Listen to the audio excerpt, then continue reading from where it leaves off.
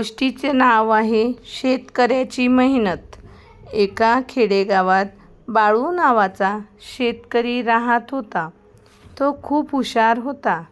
तो त्याच्या कुटुंबासह तिथे राहत होता आणि तो एक सामर्थ्यशाली शेतकरी होता. तो शेतात खूप छान पिकं घ्यायचा.